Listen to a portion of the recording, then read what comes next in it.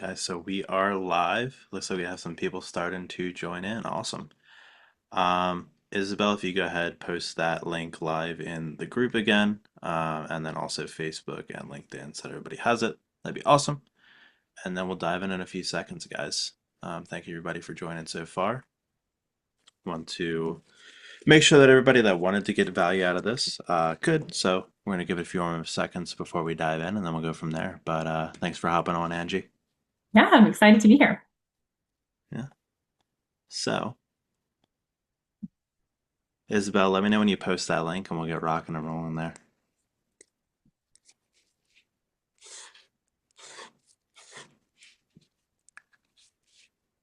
Or I might even rock and roll now because I'm impatient. So,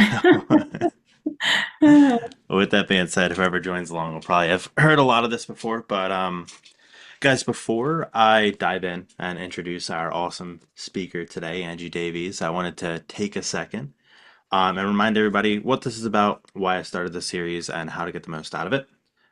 So that when you come to the Roofing Success series for this hour every week, you can get the most out of it and the most value that you can. Take it, implement in your business what you want, and grow, right? This is 100% free to everybody in the roofing and home service community. So here's a welcome to join along and take advantage of it. My goal with this series, though, was been running an agency. Don't have as cool of a tenure as you, Angie, but for the past 6 years, been helping roofing and home service companies grow their businesses. Had a lot of people come to me saying, "Hey, George, I need more leads, and it's going to solve all my problems." And I came to find out that that wasn't the case. Right? There's a lot that goes into running any business, in particular a roofing or home service business, to create success outside of just marketing, outside of just lead generation, outside of all Mhm. that. And so that's why I started the series, was to bring on other experts in the field that are experts at things that I'm not, right? You're very good at traditional OTT, that sort of stuff, Angie. I've had Mhm. sales trainers on, operations specialists, anybody who can help a roofing company grow. We're bringing on some more financing partners this month. I want to bring on so that everybody in the roofing industry can find and work with good people, um, and really grow together. Instead of falling for the typical trap of buying leads from a lead broker, not having the systems in place to work them, and then going broke because of it. That is not what I want to say. Right. With that being said, I do vet all of my speakers very carefully. Luckily, we met through somewhere where I was already able to learn from you. So I appreciate you coming on. I know you have a wealth of expertise that I'm excited to share with everybody today. But I do want to do, before we dive in, Angie, just a few housekeeping notes for everybody here.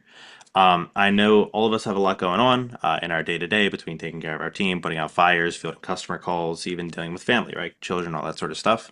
But today, if this is your first time, I challenge this every time, but I want to challenge you to do something different. I want you to take your phone. I'm going to take my phone too, hopefully land it on my office couch instead of the floor. Stayed on the office couch, we're good. Throw that away, right? Put anything else in a drawer, close out of all your other tabs, pull out a notebook, and just get prepared to learn something new today. And so, with that being said, was that a long enough tangent, Angie? Long enough. I think Went for so. about, yeah, 4 minutes there. Your eyes I threw drying out my yet? phone. We're good. Cool. So, with that being said, just want to take a second to introduce you guys to our latest guest speaker, Angie Davies, with ad advertising.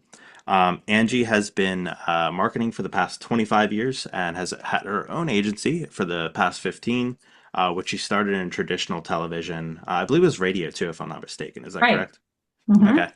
And now has transitioned over to OTT. I don't want to spoil it. I'll let you share what that is, Angie. But Okay. it's really, really cool, and it empowers smaller businesses. In my opinion, a benefit of it is empowering smaller businesses to be able to take advantage of what would have been way too expensive back in the days of traditional advertising. Right. Um, cool. Did I summarize it pretty well as far as the benefit goes? Yeah, that's great.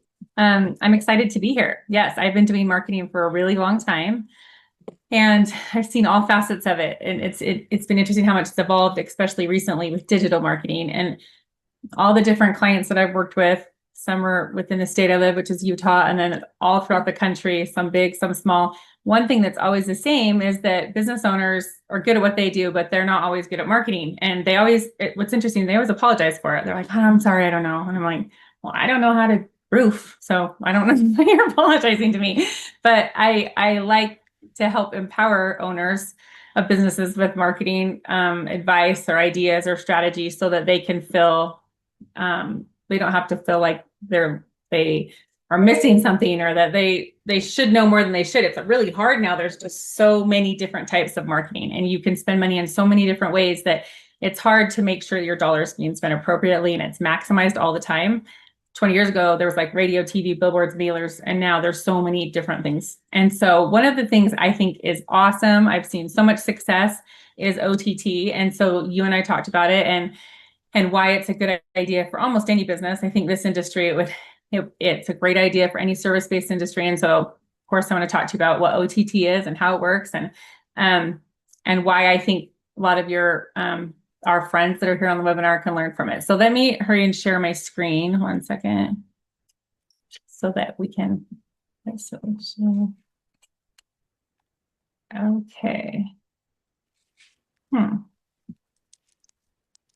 We're having just one problem. Let's see. It's not sharing it. Getting some weird errors. So I can just talk without, or I could send it to you. Let me try one more thing. Yeah, do you want? I can run the presentation for you if you want. Okay, I'll share it to you with you really quick. Okay.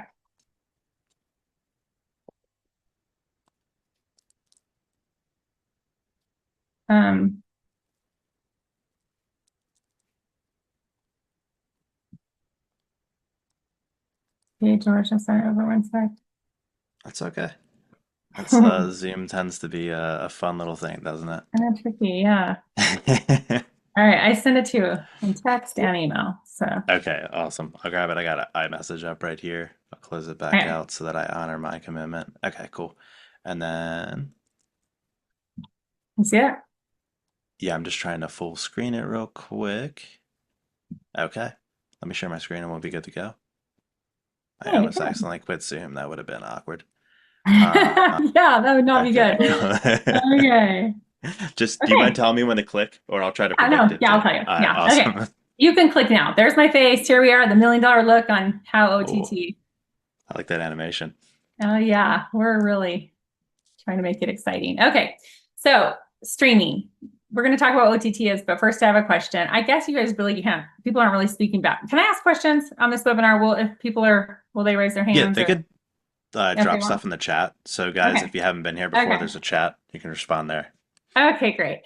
So I think almost everyone streams now because 85% of households are streaming either audio or TV. And so what we mean by that is anytime you're watching any video besides just your television set. So Netflix, Hulu, YouTube TV, or even audio, iHeart, Spotify, Pandora, those are all platforms where you're streaming either audio or video. The average American spends 2.5 hours per day streaming and about 1 hour on cable. So things have really changed, and it's happened pretty quickly that these changes have come about. So the streaming ad revenue grows double digits every year, and brands are shifting their budgets from traditional TV to streaming, which is OTT. So you can move to the next slide. So the question is, what is OTT? And it is kind of a weird term. It stands for over the top TV. And I don't know really why they ever came up with that term, but that's what it stands for. And it's the umbrella term that covers video content from the internet. So anytime you stream anything on your phone, your laptop, your computer, or even the TV in your house, in your home, like a lot of people just have it on their regular TV now. That is what it is. It's called OTT. So when your ads, let's see. So ads are running on Hulu, Peacock, ESPN, Roku. There's so many different places they can run. Your local businesses can appear next to national brands. So it's pretty interesting because you might be sitting there watching Yellowstone and an ad comes on and it's Coca-Cola. And then the next ad could be your roofing company. It seems a lot of people don't understand how do they get their ads here, but I'm going to explain to you how that works. It's powerful because it puts you in a small business owner, and it puts you adjacent to some really big companies, which gives a lot of automatic credibility because people think, oh gosh, Joe's Roofing is here while I'm watching Bachelorette right here on these on these main television programs. And so there's one more term. Let's go to the next screen. and that's called CTV. And it's very similar to OTT, but what that stands for is the physical device that delivers the content. So Amazon Fire Stick, Apple TV, Roku, anything on a smart TV that is delivering the OTT content. So if I'm watching Hulu on my Apple TV, so the Hulu's the OTT, and then the CTV is the Apple TV that's bringing me that content. So that just helps you to understand like what the terms are, and then we'll get into how you can advertise in these on these platforms and reach your audience. So the reason that it matters is because with CTV versus OTT, I know if I'm sending ads, I could say I want to have all of my streaming video ads on phones, or I'd like to have them on computers, or I'd like to have them on CTV, which is on the big screen within your home. So we're able to tell that this is the main device that the family's watching TV, and it's a different experience because customers aren't just scrolling on their phone. We know they're like sitting in their living rooms, on a 60-inch TV, watching you on the same screen that they might be watching ESPN or the Super Bowl. So we're able to know exactly what device the ads are being delivered and what program they're being delivered and who they're being delivered to, because we're able to target so precisely. So your brand suddenly feels larger, more established, more trustworthy. If anyone has any questions, feel free to put it in the chat and I'll just continue to talk. So streaming audio, if you go to the next screen, is like I mentioned before, Spotify, Pandora, iHeart, any podcasting. So 75% of Americans listen to streaming audio monthly. And these ads are also very targeted by location, behavior, lifestyle. So streaming audio is just like today's version of radio, but it's only smarter.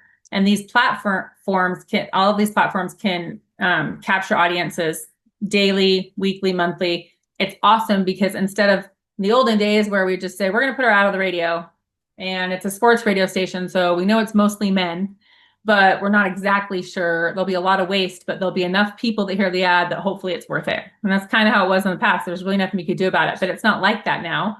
Now we can really target each of these, the exact person that you want. We can target ads by location, lifestyle, any behaviors. For example, I worked with a restaurant who ran Spotify ads only during lunch hours within a 2-mile radius of their location, and they saw a direct spike in their lunch traffic. They actually started doing stuff that was specific to business people. They knew that there was this traffic, and it didn't cost them a ton of money, but they knew we're going to talk to people that we know are walking by looking for somewhere to eat.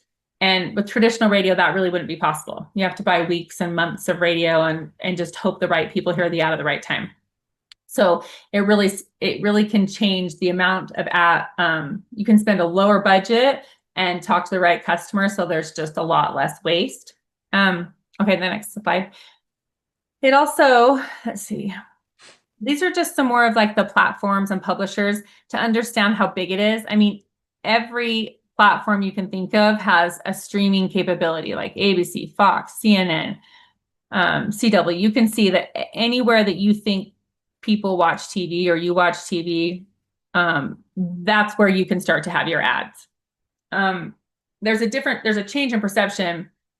It used to be, oh, should I advertise on Channel 4 during the Super Bowl, or should I advertise on Sundays during this preacher? I mean, you'd have to pick a program, but now instead we get to pick the customer, and it doesn't matter if they're on ESPN or if they're on Peacock. We're going to determine who we want to talk to, which person we want to talk to, and it doesn't matter which of these shows they watch, when they watch. So we will make sure that we deliver the ad to that person. So it's just kind of changed it. It's not what platform you're on or what show they're watching. It's what person you want to talk to. And it doesn't matter which of these thousands of places they're consuming data. The perception is power. You can keep going. Having a premium look really does equate to premium trust. We mentioned this a little bit before, but customers judge how you look, and that trust drives sales. What I mean by that is you can really win with this or lose with this. If we get, if we start doing ads for you on any of these TV shows, say you're on, Monday Night Football next to some pretty big brands, if your ads doesn't look well, the content's kind of bad, like maybe you can't hear very well, or the video just kind of sketchy, or you can tell it was made kind of homemade style, it will actually do worse for you or put you in a worse position than if you weren't advertising at all, because then people think, oh gosh, that place is small beans compared to everyone else. But if you get some good video content, which really isn't that hard anymore. I mean, you can even get good video content on a phone. And then you have someone edit it really well, then, and I know George's team does that. You can make sure you get an ad that looks really nice and has a good call to action. And OTT with all this streaming video is so trackable that you'll know that the ads that you're running are talking to the right person, and you'll know what actions they take when they see the ad. Do they click on the ad? Is your call to action to click here, or is it to call a phone number or go to a website? And we will be able to see what's happening from the ads that we're running. But you do want to make sure that you have a really good ad, because there is a big perception. It can go really in your favor or really against you if you don't have a great ad. Next slide. So let's see. I raised my hand for a question. Yes. All right, cool. Are you cool with that? I do that. I had a question around like professionalism. So like on social, I typically see stuff that looks more organic performs a lot better, right? At least from a front end lead perspective. When you're saying like it could hurt you having it not look as professional, are you saying just like overall like the brand isn't getting an uplift in like organic searches, calls, etc., like it just hurts everything? Or I just mean like when if you were to do streaming TV, one of the benefits is that you're doing it with some high level brands. They're buying like national TV, national streaming, and they spend money on their ads. So that's the positive, is that the consumer's like, gosh, they're advertising the same as Procter and Gamble, there must be a big company. But if you have some podunk ad that looks terrible, that looks like a PowerPoint presentation that was just put into a TV commercial, that would harm you more than hurt. It wouldn't make your brand look good. It would actually make you look worse. So just make sure that whatever ad you're putting out there, I mean, this is just advice in general, but in social, you can have the authenticity people kind of like. And I think there's some of that here, but you need to make sure that it looks nice and like you put some thought into it. Because if you think about someone calling to have a roof put on their home, if their ad looks like garbage, then you probably will be afraid that the roof that they put on your house will look like garbage. So we just need to make sure people put time into it. I find a lot just in general when I meet with people and we talk, and we spend a ton of time figuring out where they're going to spend money and how they're going to budget it and what the media plan is. And then I feel like too often there's an afterthought on the production. Like we need to also put time into like making sure that audio or video that we're running looks good, and that it has a call to action, and it says it creates an image that we want to create, not just like, okay, let's try and get the ad done and put it up. We just need to put there needs to be some thought put into it. And if that's not something that an owner of one of these roofing companies or knows how to do, which usually they don't, that's why they need to look to someone like you or me or a team that knows how to do that and make sure that they do a good job of that. It's just part of the whole pie. It needs to be considered. Completely fair. And I definitely see it be like a more professional placement than TikTok, for example. It's just different. I mean, you think when you turn on the TV to go watch your favorite show tonight, like what kind of commercials do you expect to see? And so yours should be the same level, but you don't have to spend $30,000 or $40,000 for that. That's not necessary. Some video producers would make you think that it doesn't need to be expensive. It just needs to be well thought out and edited well. Cool. Sorry to interrupt, but that was like a burning question. Great. No, it's fine. Okay, you can go to the next slide. So let's see. Brand adjacency, I've already kind of talked about that. You just get the credibility. If you're like a Coca-Cola ad and then you're next, people think, oh gosh, Coca-Cola and Joe's Roofing, it's all in the same bucket. It gives you some automatic credibility just because they think that you have enough money to advertise and have that nice video, that you are an established business that would probably do a good job on their roof. So you can go ahead. Okay, so there's also with OTT, you can do contextual placement. So like, here's some examples I just threw up here, like a pizza ad during like, 1 second, a pizza ad during family movie night. Like I mentioned before, you can do it timing. So say it's family down on Mondays, you can run ads from 5 o'clock to 8 o'clock talking about family night and spend time with your family with pizza. Instead of running them at like 9 in the morning, doesn't really make a lot of sense. You can just make it very precise. Or if you have like Thursday nights, some special, or Monday night football special, you can run it just during that time. I found this work for clients that like maybe have like a frozen yogurt shop that no one comes in from 2 to 4. So they'll run a buy one, get one free from 2 to 4 because they're not going to get business no one's walking in there generally. But if all of a sudden we give them a reason to, because we're having a sale, it's like giving everyone half off is better than giving no one anything, right? So you're making some money where you wouldn't have otherwise. And so that's what's interesting. If you're really thoughtful about it, you can do some contextual placement, like a jeweler ad during a Valentine's, there's a bunch of Valentine movies running. So we run ads during those movies specifically, or during date nights, or during the weekend when they're thinking about jewelry, or they're thinking about the person they're dating and their significant other. Also, like a roofing ad during storm coverage, you can also run ads if we know there's going to be weather coverage. We can have it set up so the ads run during that timing. And so it's obviously, it makes a lot of sense because the customer is thinking, there's a storm out and I'm hearing about it from the news. And then the next ad is, hey, you should call us during a storm. Look at how we've helped these people, and a testimonial about it in your commercial. It obviously makes more sense, and it will get someone to call, obviously. Okay, so you can go to the next page. That's really cool that you can like target them right when they have that fear too.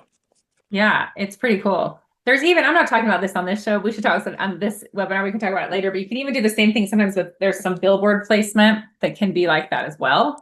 It's for another story, but another day, but where you could do like, during weather or during storms, they can have a different ad that runs that time, where like maybe you're doing snow tires during snow days or whatever. You can do the same thing with billboard placement as well. So there's just a lot more people can do than they realize often. One thing on a side note that I have nowhere in here, if you're planning to buy OTT, there's so many people who sell this, like TV stations, radio stations, digital marketing companies, they all buy it. There's so many different places that ad space is for sale. So there's so many different places that you can buy ads. You can buy the placement and your ads inserted.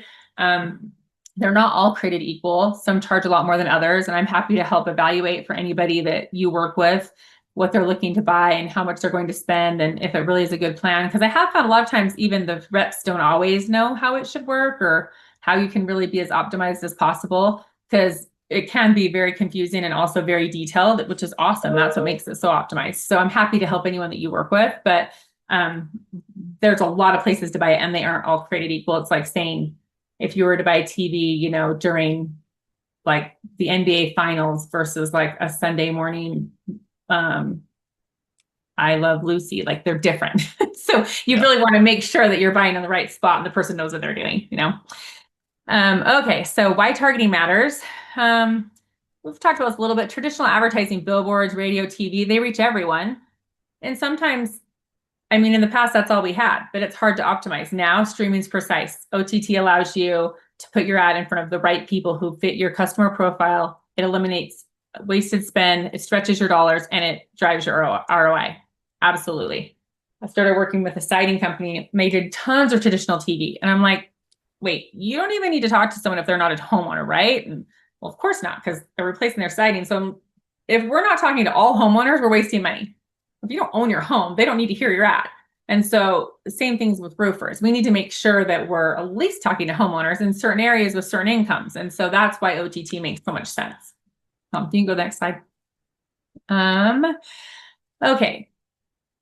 You can filter by all sorts of things. I've said some of these, but demographic, income, you can focus on zip codes. Obviously we know some areas are more likely to need a new roof. We know that homes of certain ages would need a roof more likely. So there's so many thousands of targeting parameters, and it's awesome. We could say, well, we know that if someone's 20 and they don't own a home, that's not right, or not our right person. We know that you have to have a little extra money, or you have to have good credit to finance. Just whatever it is that as a business owner, you can look at, who is my perfect customer? Who do I want to call me today? If I could choose, well, let's find that exact lookalike audience and let's send them ads. You can take your customer list and we can create a profile that we want to send ads to, and that's who we can send the ads to, because we know that it's more likely that they're going to buy from us than any other random person. So it really ensures ROI by eliminating the waste. So you can go to the next one. Let's see. I kind of mentioned this, targeting homeowners. So you could do, this is just an example. You could say, okay, we're going to go in these 5 zip codes. You could even take that further and be like, okay, we only have 4 trucks. we send Joe to this zip code on this day. We send Steve to this zip code on this day. I mean, you really could think through it and say, okay, so the week before, we're going to send a ton of ads to this one zip code because we're going to try and fill his schedule. Or, I mean, you really can think through of it differently. If you know one area is maybe a little bit slower than another area and you really want to pick up, then let's just send most of our ads to that certain zip code. It doesn't have to be, I mean, there's just a lot of ways you can think through that. You can filter for income, people who searched for roof repair in the last 30 days, and every ad will go directly to that person. And so what's really great, well, go to the next page and I'll explain that. Hold on. Okay, so there's first party data or first person data. And this is like your customer list. I mean, it's a gold mine. Who's your customer? Who buys from you? That send that exact type of person your ad. So we can take your customer list from your CRM, we make a lookalike list, and we send them ads, which are audio or video ads. Then we can also retarget your past buyers. And I don't know if this is necessary with like a roofing, maybe if you have something new you're selling them, or if it's been long enough, or maybe you're doing some, it depends on what you're selling. I know with roofing, hopefully you're not advertising your roofs last longer than, a couple of years. So this would have to be years later. But if there's a secondary product you're selling, you could retarget past buyers. You also could retarget past buyers for them to refer their friends and family. Maybe you have a referral program where you're like, hey, you bought a roof from us. If you have friends and family, we'll give you $100 for everyone you refer to us. But you can build lookalike audiences, and that we would take the first party data to do that. And then next slide. So you take the first party data, the customer list, and your email subscribers. Then we can take third party data. And what that is unfortunately, well, it's good for us as marketers, but it's kind of creepy that we know everything that people do. We know where you get your gas. We know where you like to order pizza. We know what you like to buy online. We know what you shop for online and you actually don't buy and you put in your cart. I mean, it's unfortunate, but we're just tracked with everything we do. But we can take that data and make a list from it. And so we know who these people are and what they do. And there's also behavior signals where people shop, what they search for online, and where they live. All these layers will sharpen your targeting and reduce spend. So the first person, third person, and then signals are all different ways we layer. Go to the next slide. I mentioned this a little bit. Geofencing will let you draw a boundary around a physical location. So if there's an area that maybe there was a builder that built the houses crappy and that their roofs are always failing, well, then let's do heavy targeting in that area. Or we could target people who visited competitor stores. Maybe there's a home show down the road and you get tons of leads from it. But what if we run ads within 100 feet of the home show so that everyone coming in and out, you can tell them what booth you're in, what giveaway you're doing.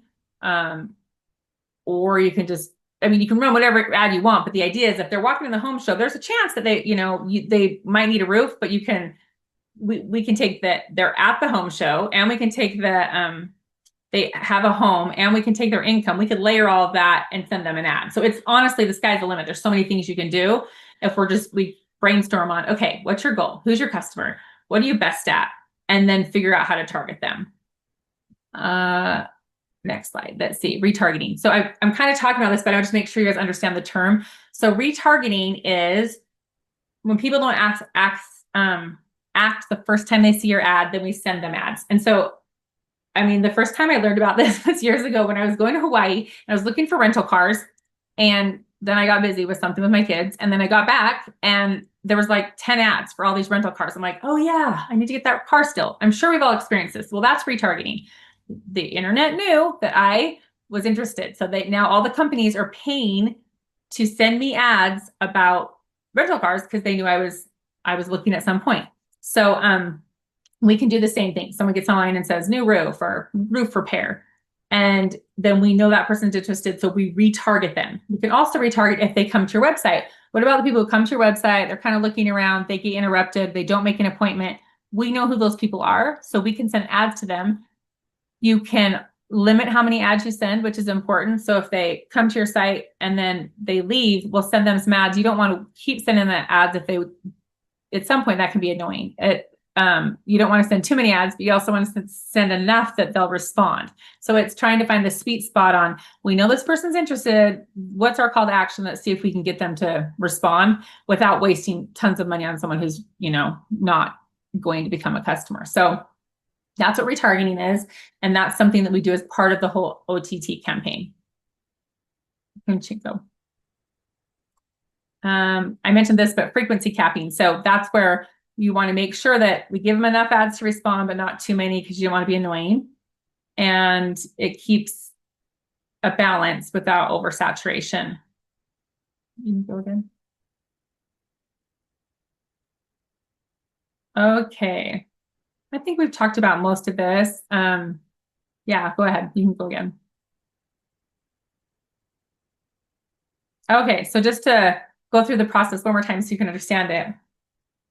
You can have an OTT CTV audio display in one plan. So we have a plan, we've got a video, and we also got an audio ad, and we're already doing display ads on Google.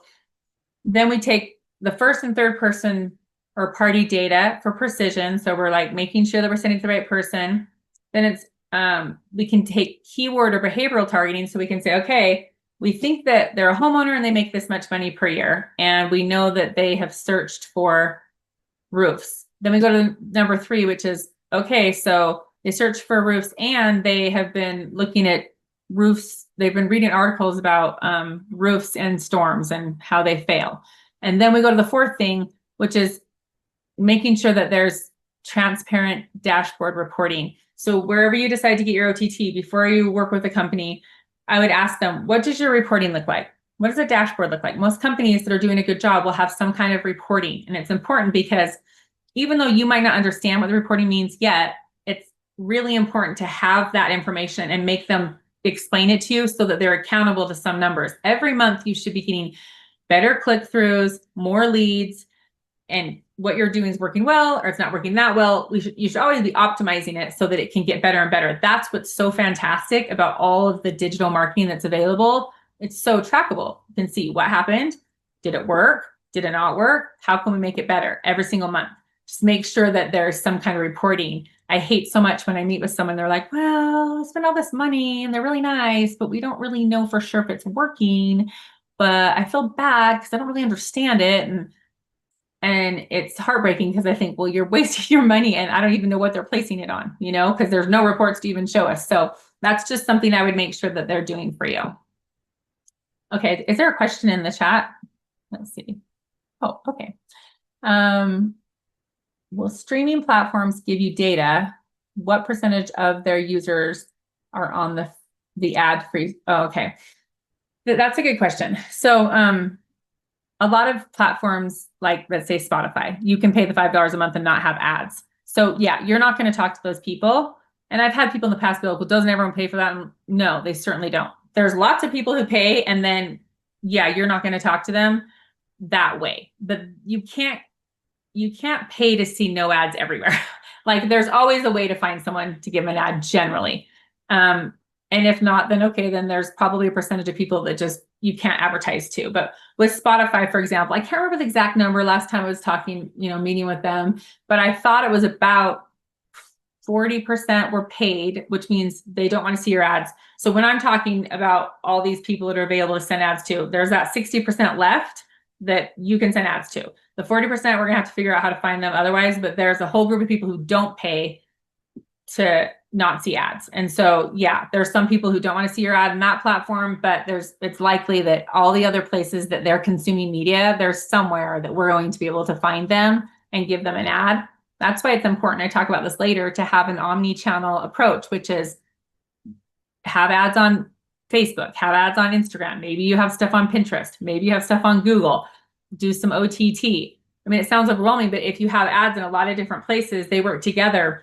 I think people want to believe that, it would be awesome if we could just say, I'm just going to do Facebook and it's just going to be awesome. Well, it might work for a while, but people consume data everywhere. And so if you want it to work well, a marketing plan is multifaceted because, think of how you are. You leave your house and you see a billboard and then you look at Facebook and you see an ad and then you might be watching TV later. You see another ad. And then, that's just how we consume data, and all those different touches to the customer, those are all frequency points.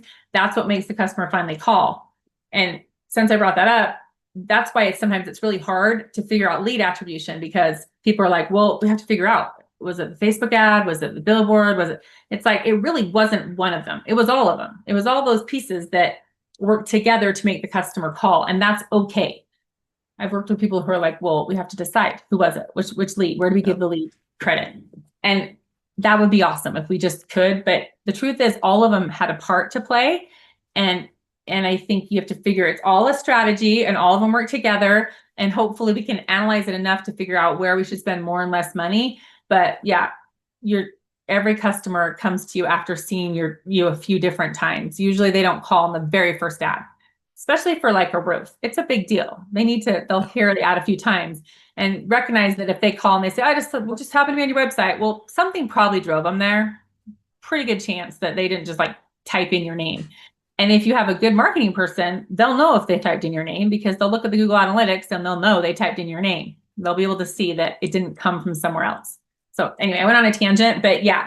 No, I definitely agree there. Like whenever I see my clients running TV, our Facebook costs are way lower from lead appointment, and conversion to sales higher too. Yeah. Well, which is awesome. If you can just run that and have enough leads forever and have it be cheap, fantastic. Well, I was saying they're also running TV. When I see them running TV alongside Facebook, that's when it's lower cost per lead, higher conversion to appointment, high. So I was agreeing. But, certainly. And actually, statistically, that's true. There's data that shows that the more channels you're in, that you end up getting better lead counts and cost per lead, because I think it's because, I don't really understand why, but it makes sense to me personally. You're kind of already sold. You've seen it a few different times. So you're like, oh yeah, I keep hearing about that. And they don't even necessarily know where they heard it, but it starts to become a familiar name. And so they're kind of more sold when they call, because they've already heard about it a few times, is my opinion. But okay, you can go to the next slide. Got it. Oops, maybe I don't. Okay. Okay. I think we already talked about this. Yeah, just you needed to have a dashboard for sure for all of this is just all the digital things we've talked about. I can keep going. So just about dashboards, there's usually, almost everyone has them. Real-time transparency. You can see impressions, completions, conversions, and it helps you to know what's working. I have worked with some people, none of them are on here, I'm sure, but like iHeart's one of them, nationwide, that they'll run a report for you and they'll show you what they want you to see. And I'm like, can we just see the report? And I think there's a reason for that, because they don't want you to see the whole report. And I'm a believer, like, it's not all going to look good. Sometimes stuff looks bad. And then as a marketing person, I can go, gosh, that didn't work.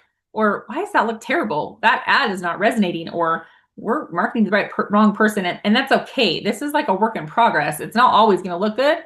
I would highly suggest you work with someone that's just open with you on the reporting, that they can go in the back of your analytics. Everyone should have Google Analytics on their website, and every single digital item that you're doing, or that you're everywhere you're sending ads, will send back to your site. And if your analytics is set up correctly, you'll be able to see, this came from Pandora, this came from Facebook, this came from my OTT ads.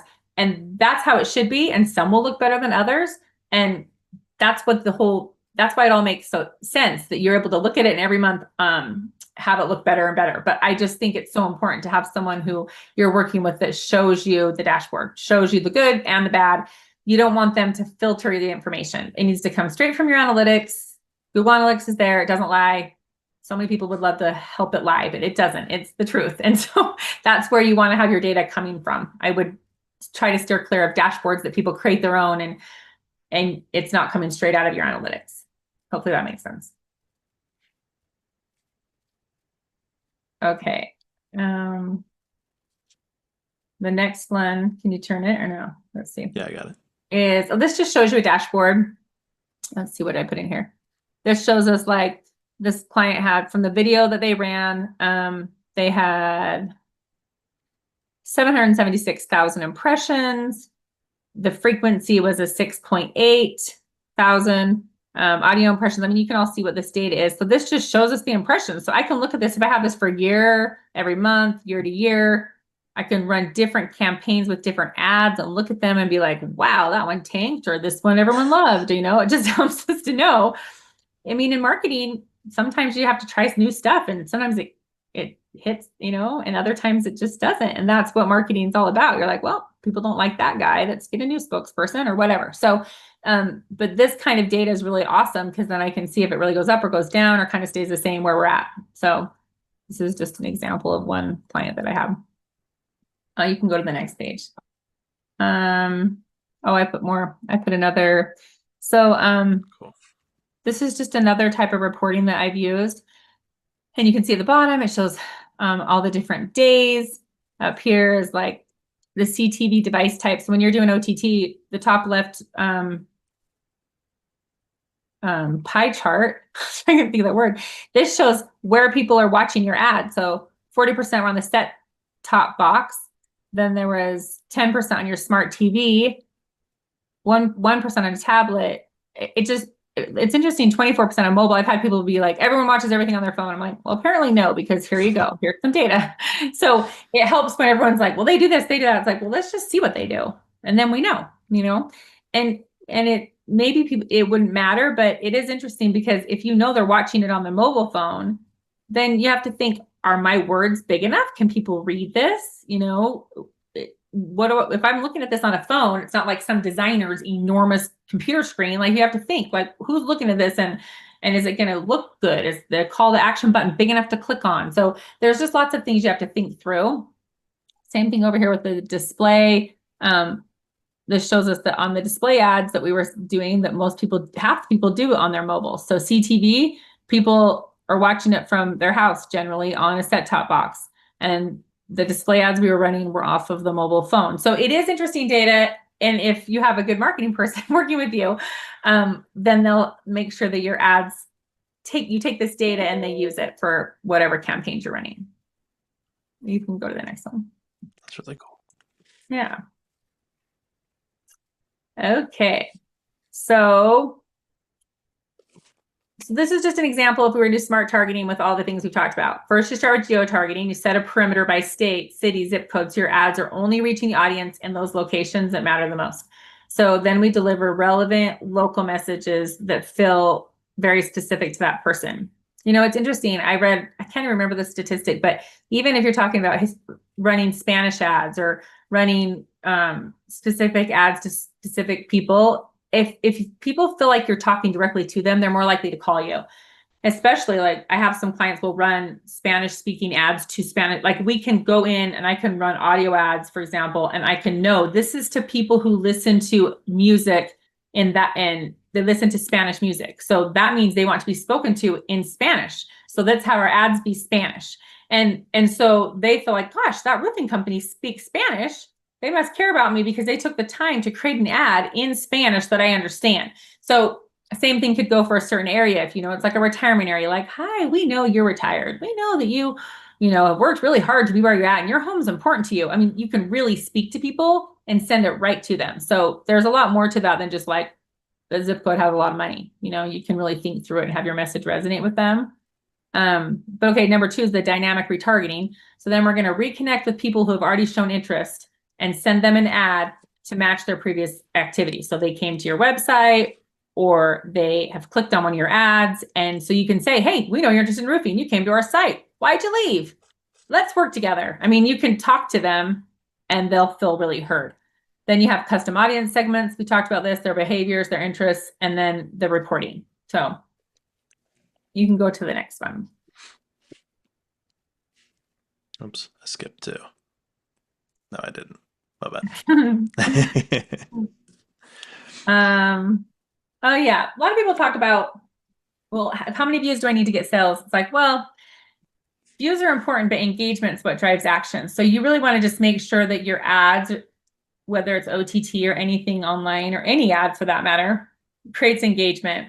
What are you doing? What do you want them to do? What's your goal for the person? So many times I see ads where people just like, the business just wants to talk about themselves. We do this. We've been in business this many years. We're having a sale. But it's like, well, why does that person care how long you've been in business? Tell them why. We've been in business for 50 years, which means you can count on us to be for 50 more, and that your warranty actually matters because we'll still be in business. So that should give you peace of mind. I mean, it's important to have your ads and your messaging create engagement, meaning that they want to engage with you, they want to work with you, they want you to be their roofer, because you aren't just having them see your ad and expect it to be a sell. You want to have the ad resonate with them so that that will create engagement. Whatever your ads are, that it feels like something that they can be drawn to, because that will actually be what drives action, not just views. You just keep in mind when you're with your messaging. Does that make sense? Okay, the next next page.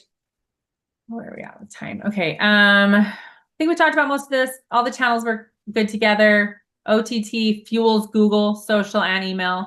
These channels work together better, and there's 3 times more conversions when they're all integrated. Wow.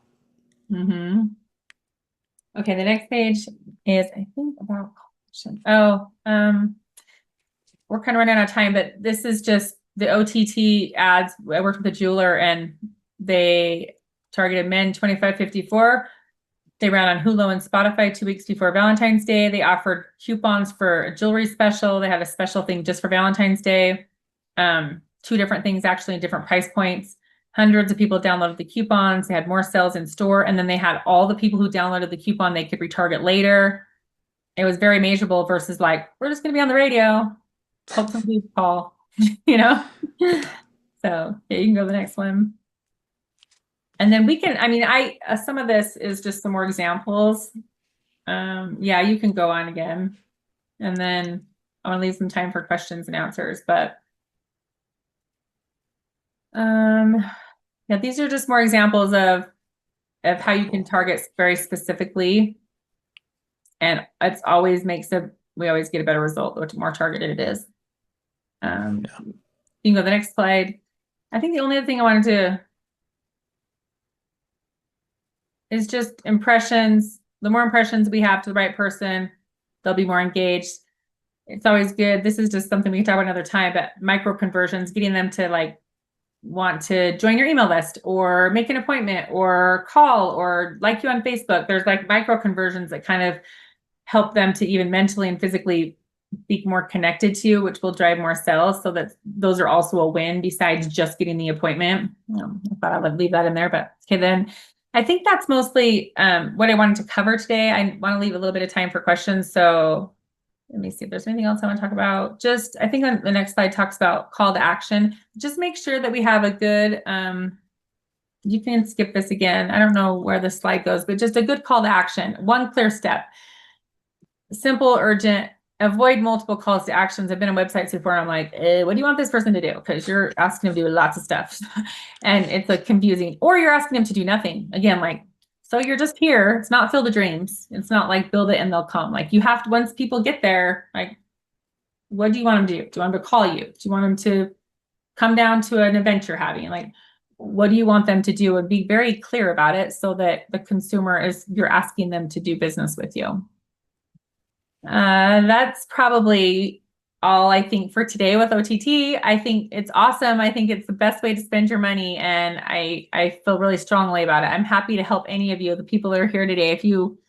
I'll have my information, I think, on the last slide, and I'm happy to analyze your business and tell you how we could work together. It'd be awesome. So who has questions and how can I help? I see there's people out there. I know you're there. And if there's no questions, that's okay. I'll pull it up just so I can see them as they come up. Do you have any questions, George? For you? I do. Okay. I know. Well, you guys we always have great conversations. I was actually talking to V earlier today about multiple options for a site on a booking page they had. It was like couldn't tell what to do. But yeah, so I had 2 questions for you. I wrote them down ahead of time because I was always curious. And then after that, we can dive into if people want to get in touch, how to do that. But main question I have, and if you guys have questions, by the way, before I dive into that, if you want to pop in and actually ask it live, just raise your hand. We can do that. as always. And if you just want to drop it in the chat, you can do that too. So just make note of that there. If you're typing out your question, you actually want to ask it live, just raise your hand. You could do that, or you could just do it through the chat. Either way works. But Angie, questions for you. Yeah. Um, my question, we got one from Monica. All I'll let right. Monica go first so we don't run out of time. What would you recommend as a starting budget for a roofing company looking to test a streaming video campaign for the first time? So there's two questions. I'll ask that first. Okay. So do you have is that like something you can give like a started like recommended budget to start rolling with OTT or Yeah. streaming in general? It's a good question. I mean, it's kind of one of those things like when you're on any platform, there's people who spend 2 grand a month or 20 grand or 200. And so Yeah. you just kind of get what you pay for because you're buying impressions, right? So you're just buying a certain amount of people. So the smaller amount of people that you send your ad to, then the smaller amount of results that you'll receive. I would say most of the companies that you work with it takes a minute to get the whole thing set up. And so they'll sometimes charge like a setup fee to make sure that it's all set up correctly. But I'd say at least probably 3 grand or four, maybe 3 grand would probably be a very minimum. That's pretty small. But and the realistic timeline for results, well, that depends. I mean, if you're going to say it depends what your offer is, I'm sorry to give all these like, well, it depends answers, but like if you're offering half off, like you'll get really good results really fast. Free roof, right? If you're offering free roofing, then it'll be awesome. But I think it just depends on your offer. So if you're talking to the right person though, in comparison to everything else you're doing, you should get pretty good results. I mean, you don't have to spend a lot of money. One roof's going to pay for your $3,000 campaign, right? So realistic time, it does build. It's like anything else. There's a frequency metric, right? So the same group of people hears the ad every month, then when the time comes, they are going to, they're finally like, I've heard this company a few times. So I would say you'd start to see results the first month because people are going to call, I would say, but the longer you do it, the more results you'll get because it just builds. So I think it's reasonable to say like one person would pay for your campaign. So it would be very easy to try something like this and just see how it works. But I would never just do it for a month. Don't do it for a month. Make sure you do something like this for minimum 3 months, maybe 6 months, just because it needs to build frequency with the customer. Yeah. And I imagine there's that brand build too with you being like For sure. both visual and audio. So that's cool. I would imagine it would have been a lot higher too, because I remember actually for traditional, what would be even to get on like a single TV station during prime Oh, time? Like, I mean, well, I was being really low. Like if I was looking, I mean, I would for sure want someone to spend like 10 grand a month or something because you can afford it too as a roofing company, yeah, really, because 1 or 2 jobs you've paid for it. So you might as well like go in and actually have a big campaign. There's just like such a small group of people for that small amount. You'd rather have more people to hear your message. TV, gosh, it totally depends on the market. If you're in California or New York, it's completely different than like Utah like or Hot North Springs, Carolina. Arkansas. Yeah. Yeah. So and they're so different because I've had clients that are like franchisees that are all over the country and they'll give me the same budget for everyone, by the way. And I'm like, oh my gosh, this is Not gonna not fair. work. Like it's not gonna work. But yeah, I'd say TV though, generally, especially during prime time, oh gosh, you're spending a ton of money, like at least 5, even up to 15. I have some clients spending 20 and 30 grand a month on TV, which I'm always trying to take their money and put it on streaming because it's a total waste. So yeah. Yeah. Mm-hmm. Did that answer your question, Monica? Oh, One yeah. thought on that though is you also could with TV, one way to buy traditional TV, a lot of people the TV station sells it to you like we're just gonna have you on our station all different times. And if you want women as your audience, like here's some TV shows that work for women. With streaming, we can just find those women, but also you can really optimize in a smaller pond, meaning instead of being on the whole TV station and trying to like talk to everyone with OTT or traditional TV, you can go, okay, I'm just going to try and be on like these morning shows. So there's a smaller group of people that will be watching it and at least increase my frequency with them. Same with OTT. You could say, if I've only got this much money, then let's just target to a really small group and until we have enough money to target to a bigger group and a bigger group. So it really just can be wherever you want it to be. we just need to optimize it and then hopefully continue to make it bigger so you get more and more results with a bigger audience. Does that make sense? Yeah, and that's really cool too, because I feel like that could work well for a smaller roofer targeting a smaller area, Yeah. because they don't have as much operational like reach. Yeah. So, And or if you're in the middle of nowhere, Kansas, there's not that many people. So it's like when someone's like, well, I true. have 10 grand to spend, I would probably be like, well, when I pulled all your targeting, I don't need, that shows us at a 17 frequency, and that's too much. So let's spend less, Yeah. So, and hopefully whoever you work with marketing will be honest with you and be like, I don't need that much. That's an overspend. I know. Yeah, that's completely fair. Okay. What was your question? Yours will be hard, probably.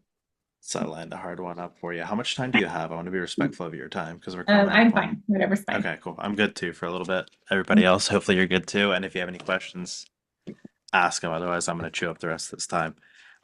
So if someone was starting out with OTT, um, what are, because she already kind of asked one of my questions, but what are the things you would tell them just to be aware of, right? What are the like, potential drawbacks that could happen, things they should prepare for so that they could be prepared to make it through that 3 to 6 month haul to actually see Hmm. success? Well, just you have to make sure that you planned ahead for content, which we talked about, right? So who's going to create your commercial? Who's going to help you script it? I mean, with ChatGPT now, there's so much AI that you can probably have that part is easier than it used to be to script it, I would say. But you need to figure out who's going to make your commercial and edit it because you might have to change it later. And it's not usually a one and done. Maybe we do a commercial and we're like, this isn't working that well. I would think it's not that it's not working. We just need to change something. So maybe we didn't target, maybe we thought we knew our audience better than we did, so you might have to edit the commercial or change a voiceover or change the offer. So like if it doesn't work the first month, it's not like, okay, all is lost. Like well, Yeah. it's gonna work. We just have to figure out what we need to edit or change. And then also I yeah, I think that's probably it. Just make sure that you don't give up. There's with all marketing, especially OTT, it'll work. We just have to make sure we're telling the right person the right message. Yeah, and the right offer. That's probably it. I don't think that they ever, or I guess you just need to make sure there's enough audience. I have had that happen in some smaller communities where everyone's like, okay, I'm ready to spend this. I'm ready for all the leads. But then when we target down and take all these layering parameters, and then all of a sudden it's like, you've made your audience so small that you're not going to get a very good result. So the more targeted you get, the less people there are. And if you're in an area that doesn't have a huge population, then it might be harder to use it to have it be as optimized as it can be, just because there's only so many impressions available in that area. And we don't know until we place the bid out there. So Yeah, you can't magically create demand or increase their total no, addressable market. So no, exactly. I yeah. mean, it'd be so awesome if we could. Yeah, creating new humans out of thin air, that'd be pretty cool. Yeah, That'd heat a right. roof. Mhm. Yeah.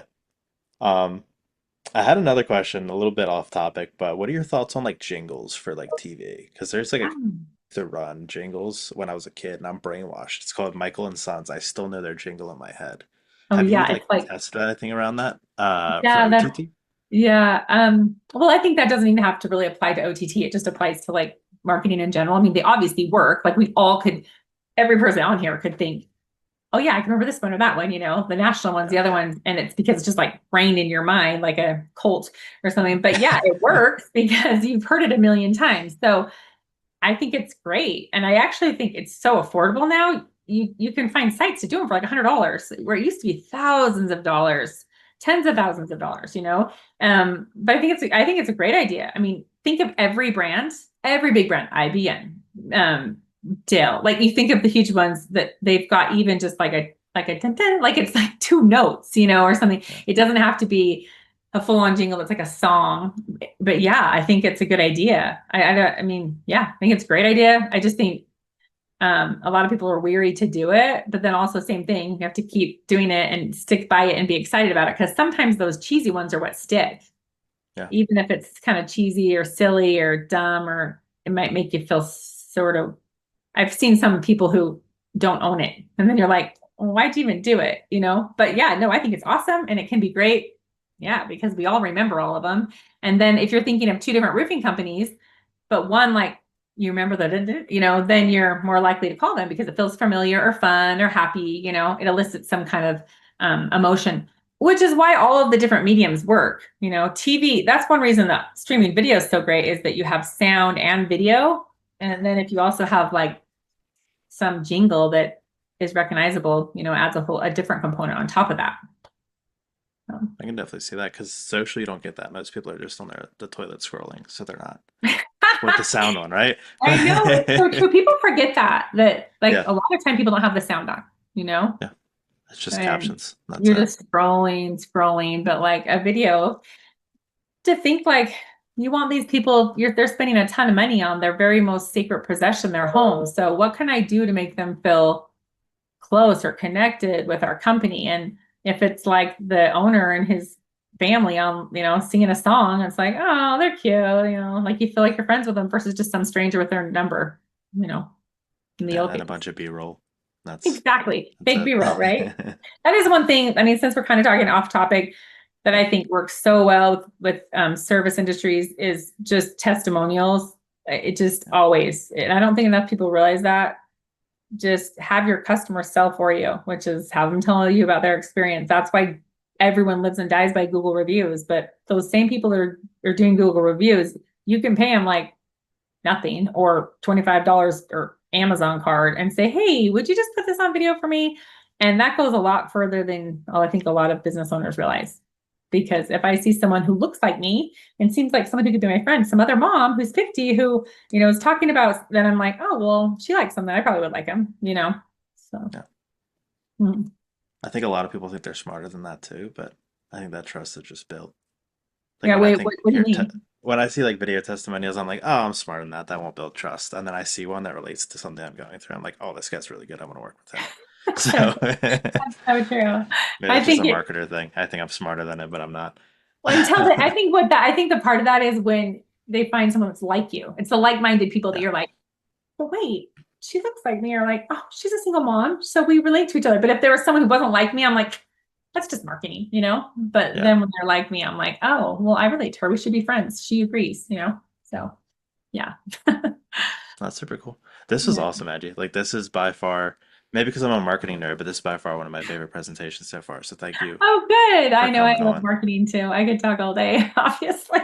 So I'm Are you sorry. guys ready for a 4 hour webinar? They're like, Everybody's please still let here. us We're good to go. go. No, but well, I'll wrap it up here. I'll pull up that slide for you. But if people do want to get in touch with you, Angie, learn more about how they can implement OTT, whatever it may be, into their roofing or home service business, what's the best way to do that? You can email. I think I have a slide with even my phone number I on just it. found it. Do you want me to share the screen? Yeah, sure. I don't know why I should have been pulling it up. Um, Here I am. Yeah. Feel free to call me, just take a screenshot, call me, text me, and I'm happy to talk to you. If you're friends with George and you know him, then I'm happy to work with you. One other thing I just meant to say earlier and I lost my train of thought was, and you do this with your clients, the most important thing when you're starting this campaign or any is to make sure that your Google Analytics and your backend on your website is set up correctly. That's it. Make sure that you have everything set up so that the click-through links are working and everything's trackable. Have that all set up before you start spending any money. And if someone tries to tell you, no, let's just get started, we'll set that up later, don't work with them. Because I would say So to someone, actually have attribution. yeah, let's wait a minute and make sure everything's set up so that we know when you're spending your money, it's being spent appropriately. So and that is one thing that I'm a stickler on, and I know you do a really good job at that. So yeah, I'd love to work with anyone. Give me a call. My team would love to talk to you, even if it's just for questions about marketing. Yeah, your wealth of knowledge in this, that was super. When I saw you were coaching on OTT the first time, I was like, I gotta get to know this lady. And you have Yeah, well, good. I'm glad awesome. to be here. It's awesome. So thank you. Yeah, thank you, Andrew. Well, other than that, any other questions, guys? Other than that, we're gonna call it a day here. I'll give it a few more seconds and then we'll wrap it there, Angie. Okay, sounds awesome.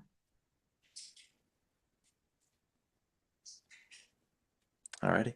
Well, if you guys do have additional questions, there's some really convenient contact information on the screen. So go ahead and reach out to Angie there. But other than that, Angie, thank you so much for coming on today. It was awesome. And Yeah. I'll catch up with you soon.